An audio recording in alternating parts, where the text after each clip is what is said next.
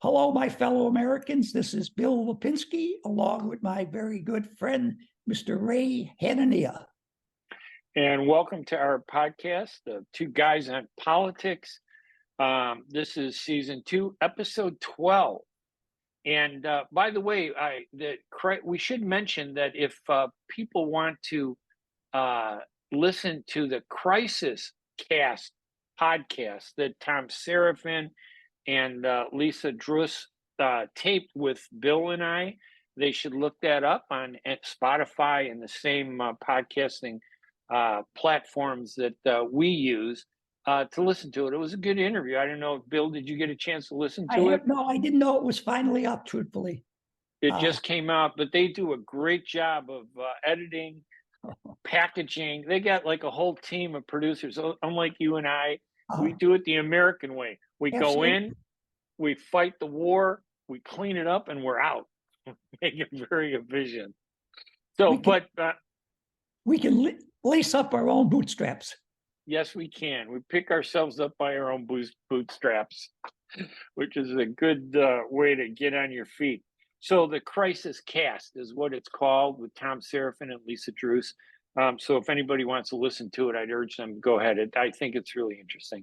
So we got two topics today, Bill. The first one is this terrible tragedy, which broke, I think, was it yesterday, where now there are all kinds of numbers going around, but a man who they've identified shot and killed 18 people in the northeastern state of Maine on Wednesday, I think around 7 p.m. He went in to a bowling alley where a children's event was taking place. And I think another 18 were killed, 13 were wounded. It's just horrible. But of course, instead of talking about how they're hunting him, but instead of talking about how do we prevent crime, we're talking about the politics of gun control, right? Another opportunity. You are absolutely correct. First of all, I want to express my sincere condolences to everyone that was hurt in regards to this situation. And I will say the people who were murdered and the people who were wounded. The news media doesn't seem to like to use that word anymore, of wounded, but I think it's much more appropriate than saying someone was hurt by a bullet. Right. But I express my condolences to all of those people. Gun control, I am sure we're going to hear about a great deal of that. What is your position on gun control, Ray? Well, I think I have a middle centrist position, which is I think there should be some restrictions on weapons that could be made available to the public. I think everybody has a right to have a weapon, but I think their background needs to be searched. Too many instances, as you may have seen in the media, people that have mental disabilities, who have had problems in the past, they've been somehow managed to get a weapon and do crazy things. So I think, one, that we need to strengthen the background checks, make people wait. I don't think anybody has to have a gun within 24 hours. There's no reason for it, unless they're going to go hunting. And I think a hunting gun might be considered different if they have the hunting license ahead of time while they're applying for it. And the other thing is, I think that we should ban automatic weapons and semi-automatic weapons. And at least to require that they be disabled from being used, permanently disabled. So if you're a gun enthusiast and you collect guns, I think that's okay to do that. But I don't know why anybody would have a AR-15. You know, what would you do with that? Shoot a deer 50 times? Use it for hunting? It makes no sense to me. So those are the my feelings on gun control. Well, I have to say that I'm probably more in the line of trying to get rid of all the guns that we have in this country. We're never going to be able to do that, so that's not reasonable. It's not practical. Right.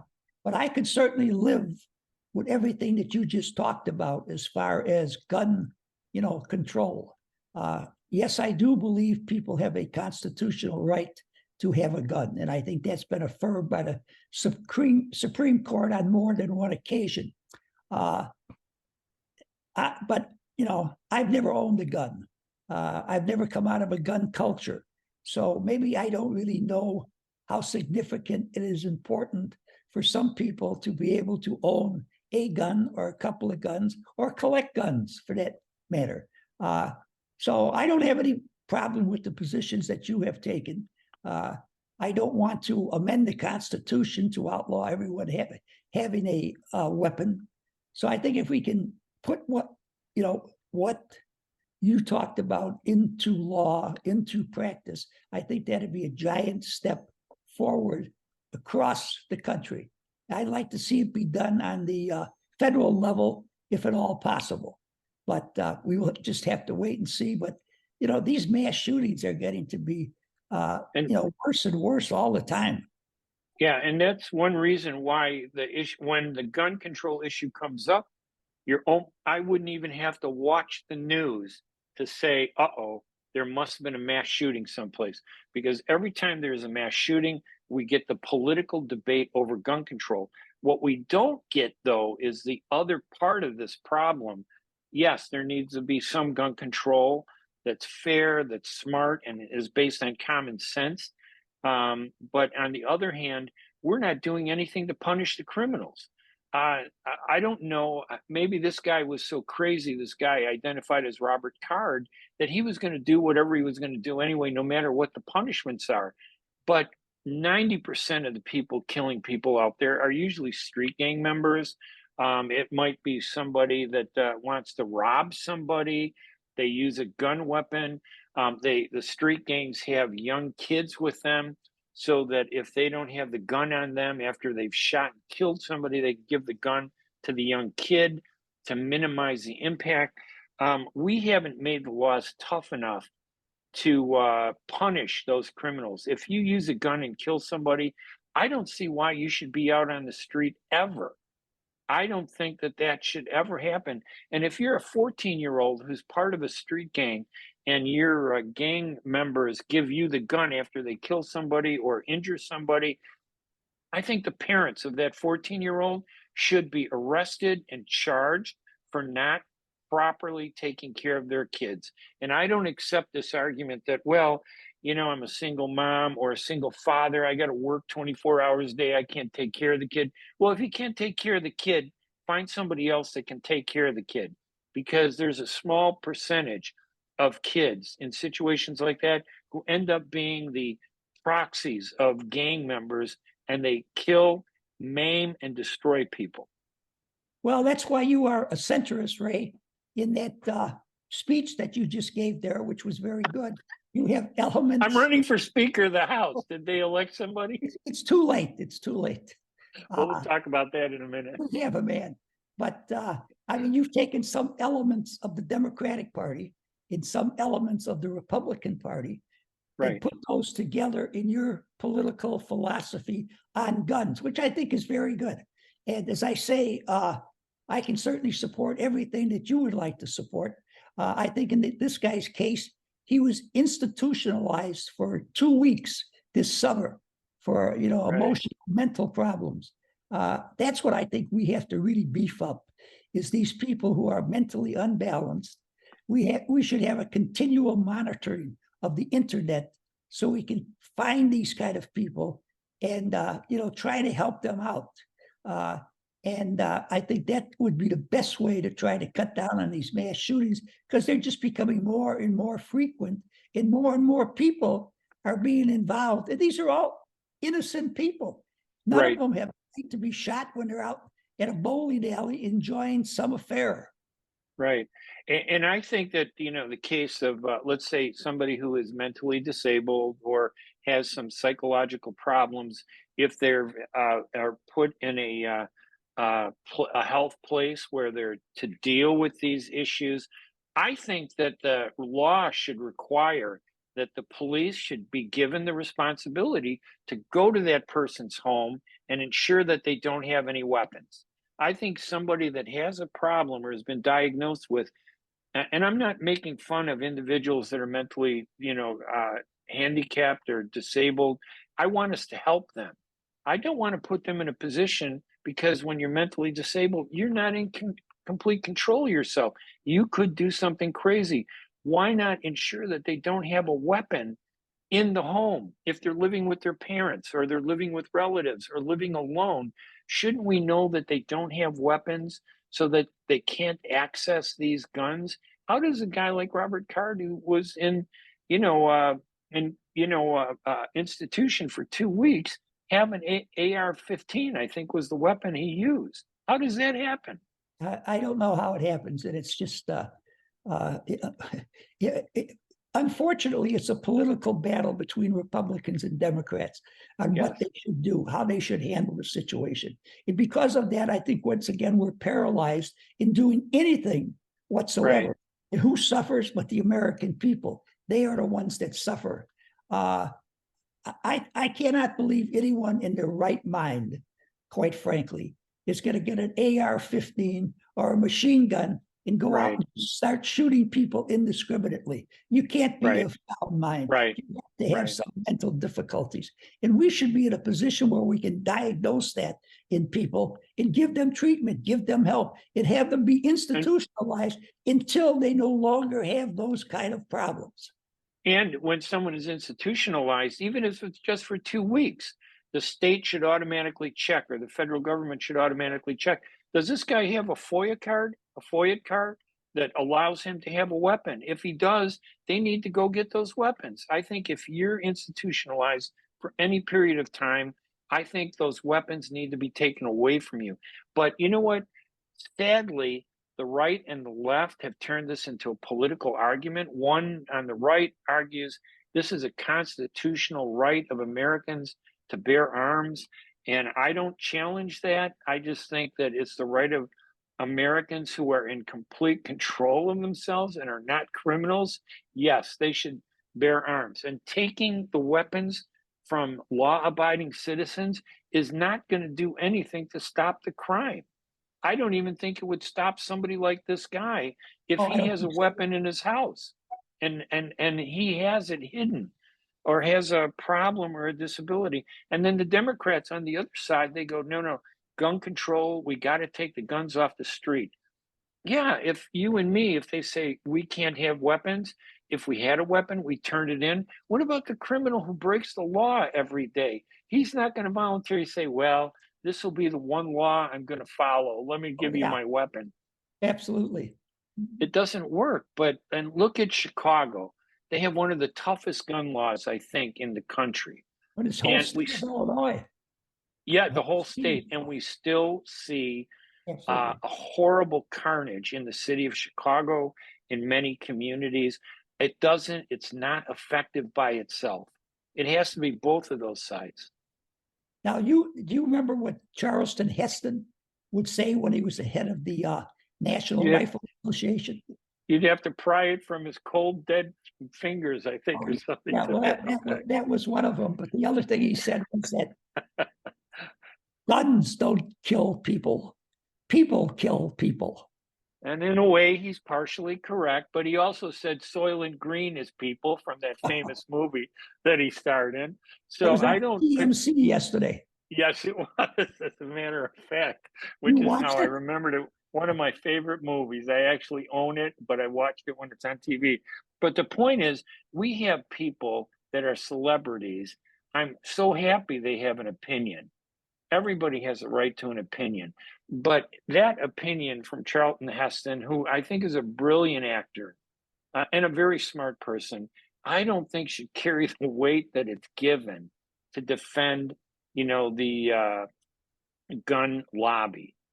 I think that both sides need to compromise, and the problem is neither side wants to compromise, and we have an erratic uh, policy across this country. I wish it were a national policy, one rule applied to all 50 states, and take it out of the hands of local governments and local states and make this a federal issue because they base it on the Constitution.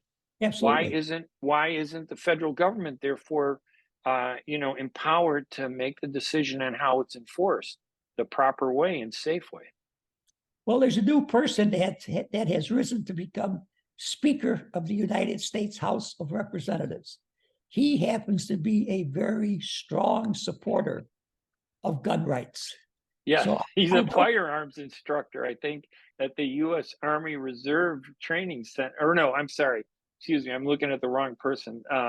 say, I'm I don't think that's him. No, that's true. That actually the shooter from the Maine Maine. thing, Robert Card, was a firearms instructor at the U.S. Army Reserve Training Center in Maine.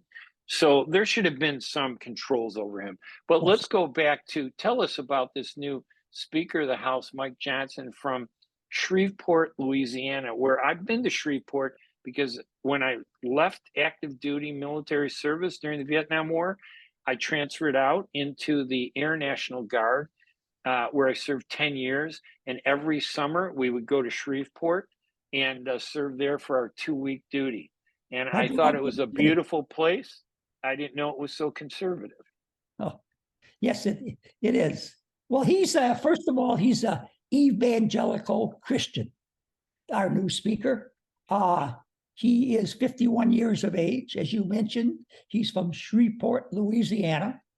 He's a constitutional lawyer, is what he really is. He's only been in the House for 6.5 years.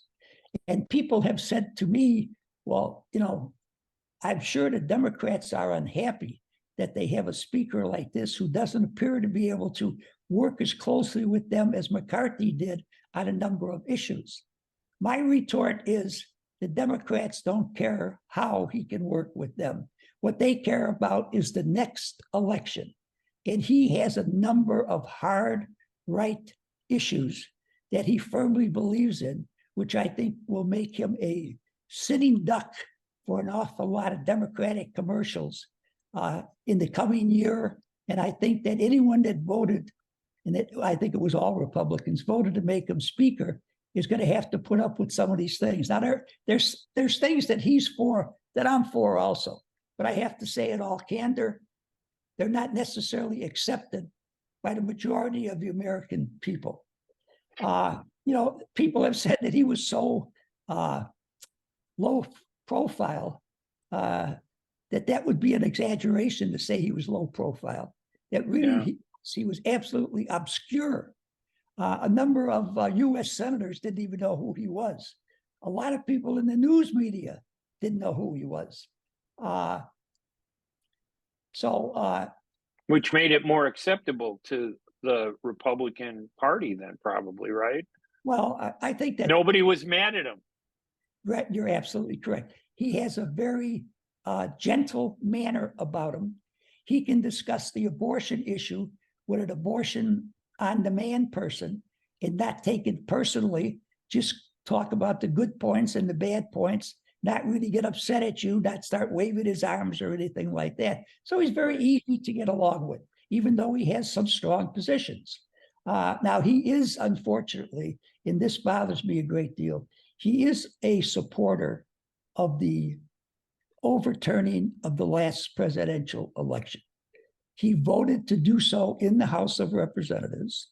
He wrote a brief for a Texas law that would have overturned the elections in Wisconsin, Pennsylvania, Michigan, and let's see, what was the other, the fourth, Georgia, okay? So he was very much involved. No wonder President Trump wholeheartedly endorsed him. Okay? Of course. He is opposed to, he believes that homosexuality is a dangerous lifestyle. He thinks that homosexuals should be banned from a number of things.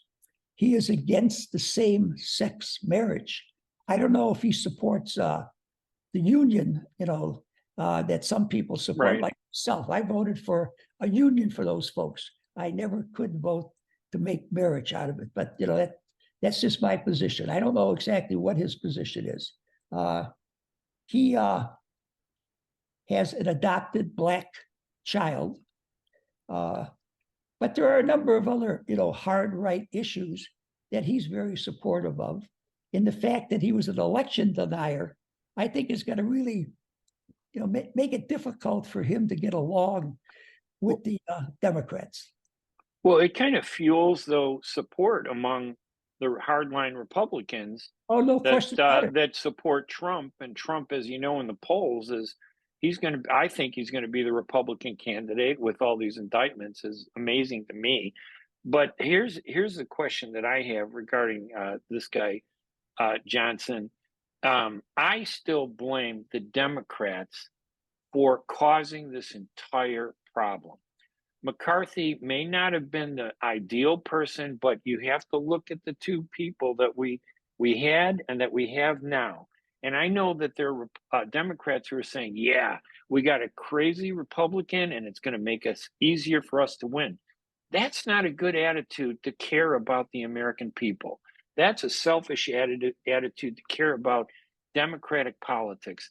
They should have said, we don't agree with McCarthy, but we could talk with him on some issues. We agreed with him on, preventing the government shutdown.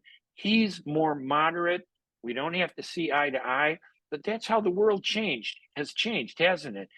Polarization now prevents us from thinking that coming together is a good thing.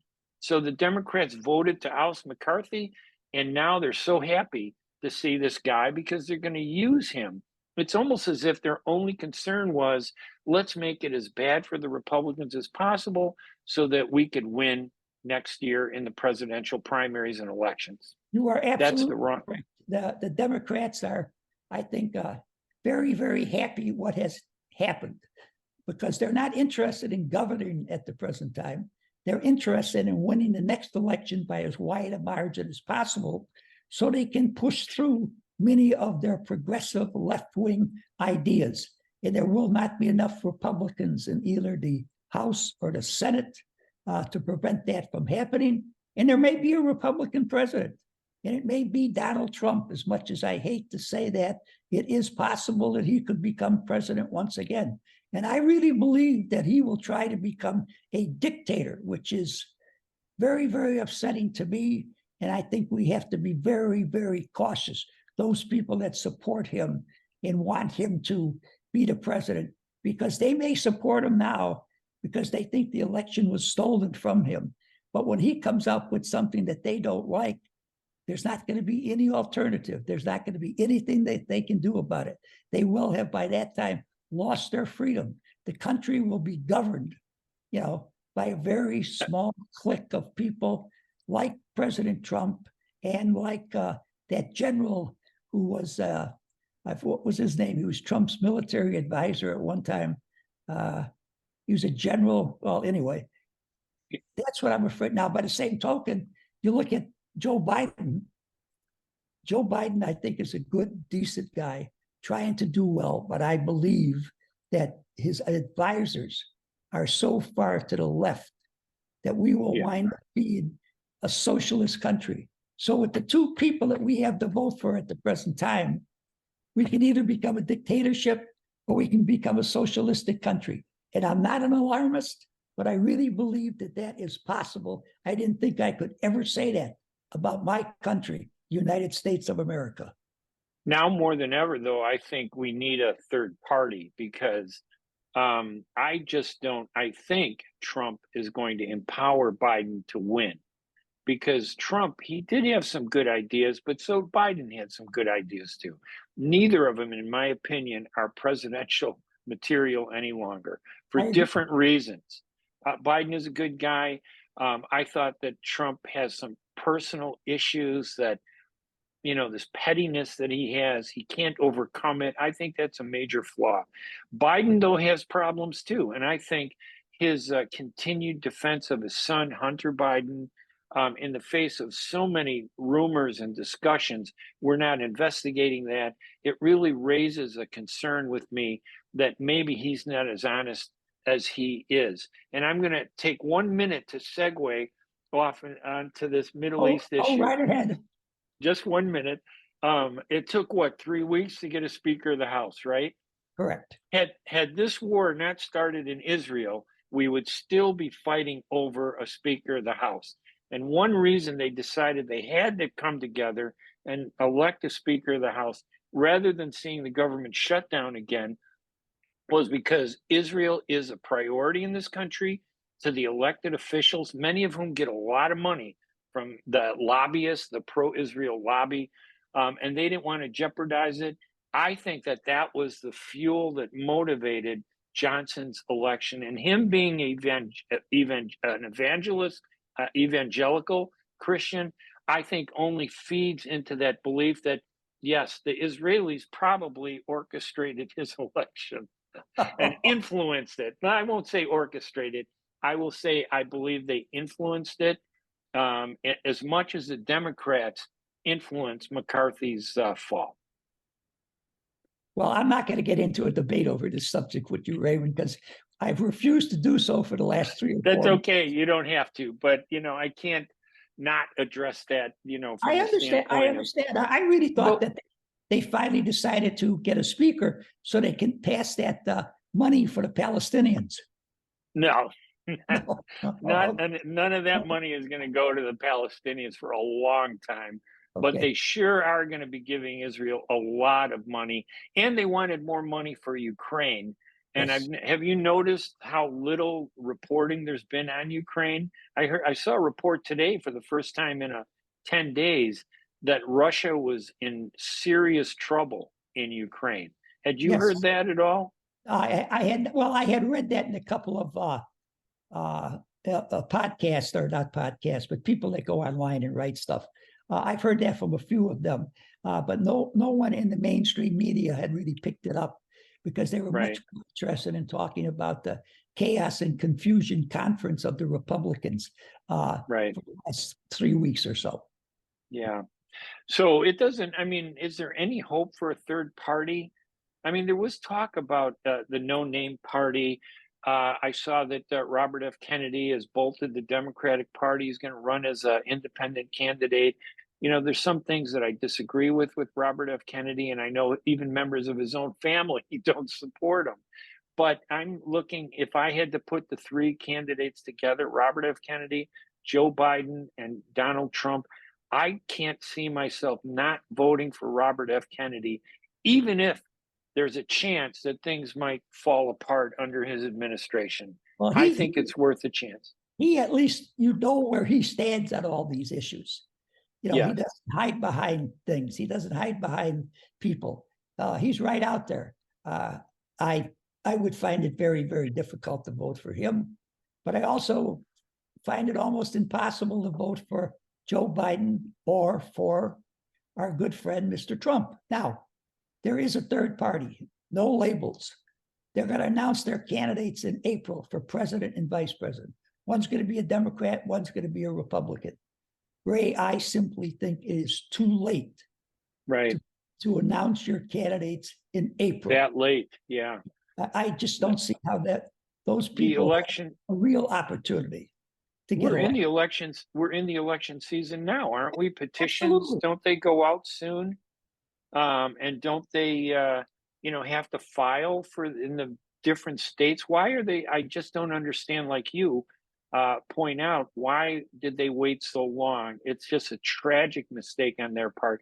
I think it gives Robert F. Kennedy an opportunity to take over the mantle of being a third-party candidate. No, I agree with that. Well, I think that, they say they had to wait so long because they were not going to field a candidate unless it was Biden and Trump.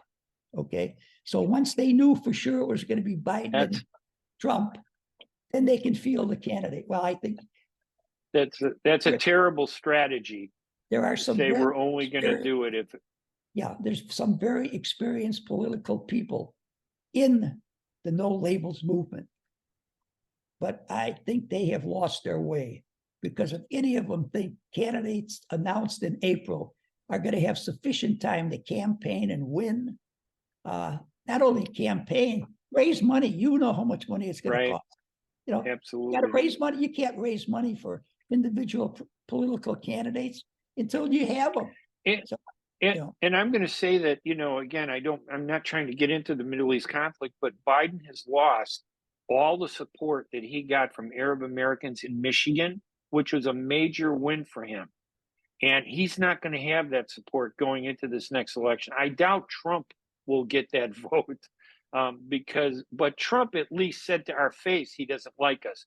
Biden puts his arm around us and says, "Oh, I like you," but then stabs us in the back. He is going to lose a constituency that is a very active voting bloc. And I'm really unsure about how this is all going to turn out in next year's presidential election. I'm worried about the convention being in Chicago, the Democratic convention. Any type of violence that might happen during that convention is only going to emphasize and put a spotlight on the failure of Democrats to stop crime in their cities like Chicago. Chicago is almost 99% Democratic. Right. It is a Democratic city. Even the 6-county region is almost all Democratic. They're going to get blamed for anything that happens at that convention. Well, I've said in the past, I think that what can happen at this convention in Chicago in 2024 is going to make 1968 look like a picnic. And you and I remember firsthand how bad that was. Yes, it was bad. And so any final thoughts on anything else going on in the world? Well, I hope the speaker is successful. I hope we get back to, paying attention to foreign affairs in this country, Israel, the Palestinians, Taiwan, the people in Europe that are fighting against the Russians. We've got to support these people because, they're all fighting for what I think is really a democratic way of life. And I've said before, I thought what the Palestinians did originally was horrendous. It is. Every day that goes by, the Israelis are going to be blamed more and more for all the people that are dying in Gaza. There are like 6,000 Palestinians that have been killed in Gaza and the destruction of all these homes. But I think you're right. Looking at a bigger picture that I think you were getting at, Russia, China, Iran, many of the countries in the Arab world have now aligned with this BRICS movement, which is almost an alternative United Nations.